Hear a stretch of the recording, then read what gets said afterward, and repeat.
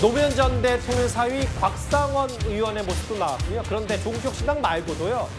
거대 여당 민주당의 내부 분위기도 참 묘합니다.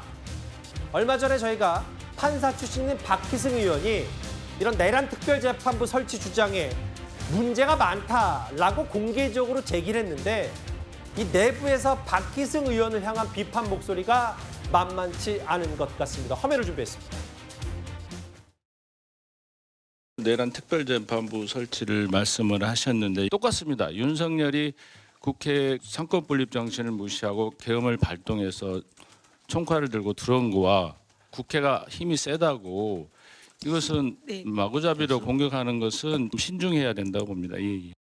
다들 개딸들 눈치를 보는 거예요. 김어준 눈치를 보는 거고. 그래서 이렇게 한번 수박으로 찍히게 되면은 나가라. 당장에 나가라 그럽니다. 아니면 저 수박 해가지고 뭐 18원 이렇게 후원금 들어오고 하는데 그걸 무릅쓰고 박희승 의원이 이렇게 얘기를 한 거니까 저는 높게 평가를 합니다. 이게 뭐 민주당 의원들이 그 다음날 득달같이 방송 나와가지고 저 박희승이 판사 출신이어가지고 저 법원에 그 로비 받고 자기 친정 보호하느라고 저렇게 한다. 라는 식으로 박희승 의원을 뭐 공격을 하던데 참 안 됐다 싶고. 모르겠어요. 뭐 시쳇말로 수박 선배의 조언이라고 해야 되나요?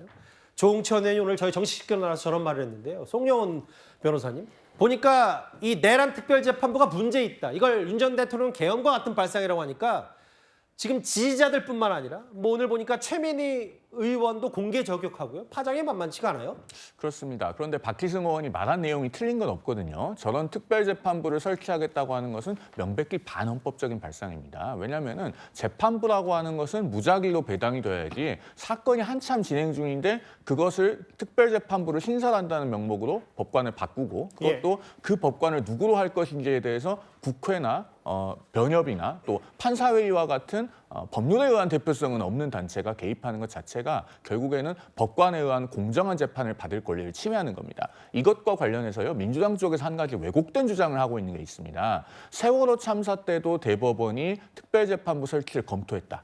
이걸 부각을 하는데요. 2018년 사법농단 수사 과정에서 그런 대법원의 미공개 문건이 나온 적은 있죠. 그런데 말 그대로 미공개 문건입니다. 대법원은 그런 것을 공식 입장으로 한 번도 발표한 적이 없고요. 오히려 2014년 5월 21일에 세월호 관련 사법부 종합대책 보도자료라고 하는 6장짜리 보도자료가 공식 발표됩니다. 거기에는 전담재판부의 전자도 안 나옵니다. 그리고 2018년에도 당시 안철상 법원행정처장은 그 사법농단 사건 관련해서 전담재판부를 두자는 발상에 대해서도 명백히 헌법에 부합하지 않는다라고 국회에서 의견을 밝힌 적이 있다라는 점까지 말씀드립니다.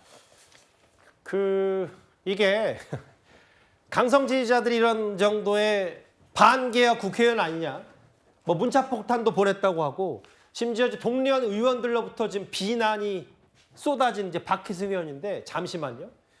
박희승 의원이 조금 전에 SNS를 통해서 입장을 낸 것 같아요.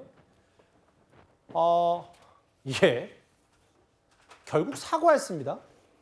내란 특별재판부가 윤 전 대통령 계엄과 같다는 발언에 대해서 고개를 숙인 박희승 의원인데요. 제가 쭉 읽어보겠습니다. 부적절한 발언을 인정한다. 사과드린다. 이건 비유가 적절치 않았다라고 하면서 향후 의정 활동에 신중을 가할 거다. 신중을 기할 거다. 이런 얘기를 했어요. 최성 평론가님. 글쎄요. 뭐 윤 전 대통령 계엄 비유에 대해서는 얘기를 했지만 결국 당내 동료 의원들 지지자들 압박에 꼬리를 내린 겁니까? 신중을 앞으로 의정 활동에 신중을 기하겠다. 이 말을 뭐 굳이 번역기를 돌리자면 앞으로 입 닫고 살겠다 이런 얘기를 하는 거죠. 그러니까 이제 앞으로 의견 표명하지 않을 가능성이 매우 높다고 저는 생각합니다. 그런데 민주당 거대 정당에서 저렇게 권력이 일극으로 가고 있는 그 거대 이 여당에서 앞으로 저런 시기라도의 건강하고 혹은 자성과 성찰의 목소리를 한번 우리가 가져보자는 저런 목소리조차 나오지 않는다면 저 당은 그러면 앞으로 어디로 가는 겁니까? 그러면 앞으로 저는 민주당의 입장에서는 저렇게 기본적인 어떤 우리가 위헌성 한번 검토 한번 해보자. 그다음에 우리 법안이 혹시라도 그 윤석열 대통령의 계엄과도 같이 좀 무리한 점은 그다음에 그렇게 비판받은 점 없는지 한번 우리가 한번 돌아보자. 그다음에 이런 부분들이 우리가 과연 국민들로부터 지지를 받을 수 있다 한번 보자. 이런 정도의 얘기도 못하고 사과를 하고 그다음에 그 지지자들의 그 정말 그 비판에 무릎을 꿇을 정도라면은 저는 앞으로 더불어민주당 같은 경우가 정말 일극을 넘어서 그다음 뭐 정말 일당 독재의 체제로 가는 것 아니겠습니까?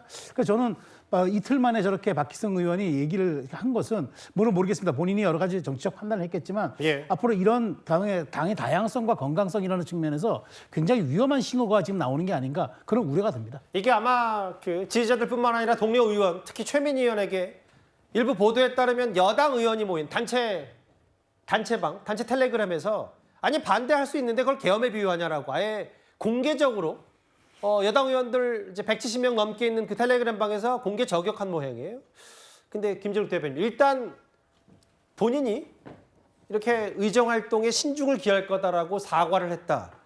근데 이렇게 일단락이 되는 건지 글쎄요. 뭐 본인이 생각을 사과할 수는 있는데 이게 보기에 따라서는 지지자들의 이제 문자 폭탄 혹은 동료 의원의 공개 저격 이거에 마치 누군가가 보면 떠밀려서 하는 건 아닌지 뭐 이런 생각도 동시에 들어서요. 글쎄요. 뭐 국회의원이 헌법기관인데 누군가에게 떠밀려서 본인의 소신을 초래하거나 저는 뭐 그럴 거라고 보지는 않습니다. 지금 박희승 의원이 본인의 SNS를 통해서 그 얘기하신 부분이 있어요. 이게 진짜 저는 위헌의 가능성, 문제 제기할 수 있다고 봅니다. 그리고 최민희 의원도 얘기하신 게 얼마든지 다른 의견을 얘기하실 수도 있다. 다만 지금 비유한 것이 너무나 부적절한 비유였다라는 것을 본인도 인정하고 어떻게 이것을 계엄에다가 빗댈 수 있는가 하는 부분에 대해서 문제 제기를 한 겁니다. 본인이 SNS에 이렇게 쓰셨잖아요. 위헌 논란을 꼼꼼히 살피고 사전에 해소해야 진정한 내란 척결을 이룰 수 있다라는 취지가 잘못 비유하면서 왜곡 전달된 것 같다 이런 말씀을 하셨는데 저는 이런 사과가 빠르게 이루어진 건 전 다행스럽게 생각합니다. 왜냐하면 본인이 생각했던 내용하고 지금 비판받는 내용이 다른 부분이 있다면 그 부분에 대해서 빠르게 수정하고 정정하는 것 이것은 반드시 필요했다고 보고 지금 일부 지금 민주당 내에서도 다른 생각들을 가지고 계신 분들이 분명히 계세요. 그런 의견들이 모여지는 가운데에서 새로운 또 좋은 의견들로 취합되고 정리해 좀 나가는 과정이 있기 때문에 그런 과정들 속에서 본인의 얼마든지 문제 제기와 의견 표명은 있을 수 있지만 그조차도 정말 맞는 합당한 비유가 있었어야 됐다. 그 부분에 대해서 박희승 의원도 본인의 좀 부적절성, 너무 나갔다 하는 부분에 대한 인정, 그 부분을 사과한 것이다. 저는 잘했다고 봅니다. 뭐 취지는 그럼에도 그 비유를 윤 전 대통령 계엄으로 한 거지 내란 특별재판부는 잘못됐다라는 본인의 그 소신과 뭐 생각은 바뀌지는 않은 것 같아요. SNS를 보니까. 그런데 최민희 의원이나 민주당의 일부 지지자들이 비판하는 대상이 박희승 의원 말고 또 있죠. 바로 곽상원 의원. 이 특정 유튜브에 휘둘리고 있다라는 취지 얘기하니까 말 똑바로 하라. 말 바로 하라. 누가 머리를 조아리냐. 김어준 씨에게 휘둘린 결정 열거해버리라고 최민희 의원이 공개적으로 나섰고요. 아까 이제 조응천 전 의원, 이제 과거 민주당에 몸담았던 조응천 전 의원 얘기는 민주당의 개딸과 김어준 씨 눈치를 보고 한 번 수박으로 찍히면 나가라. 뭐 이런 후원금을 보낸다. 근데 곽상원 의원은 소신을 굽히지 않고 있어요. 지금 장외 유튜브에 휘둘리고 있는 민주당이 문제다라는 취지의 얘기는 곽상원 의원이 계속하고 있어요. 그렇죠. 일단 또 조응천 전 의원의 저런 이야기들은 뭐 본인의 개인적인 견해라고 저는 생각하고요.